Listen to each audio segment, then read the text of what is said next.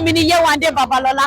Ẹ má gbàgbé láti fi àmì pa ẹ fẹ́ràn fọ́nrán yìí àti wípé kẹ́ fi nǹkan tó dùn sí abala àríwísí.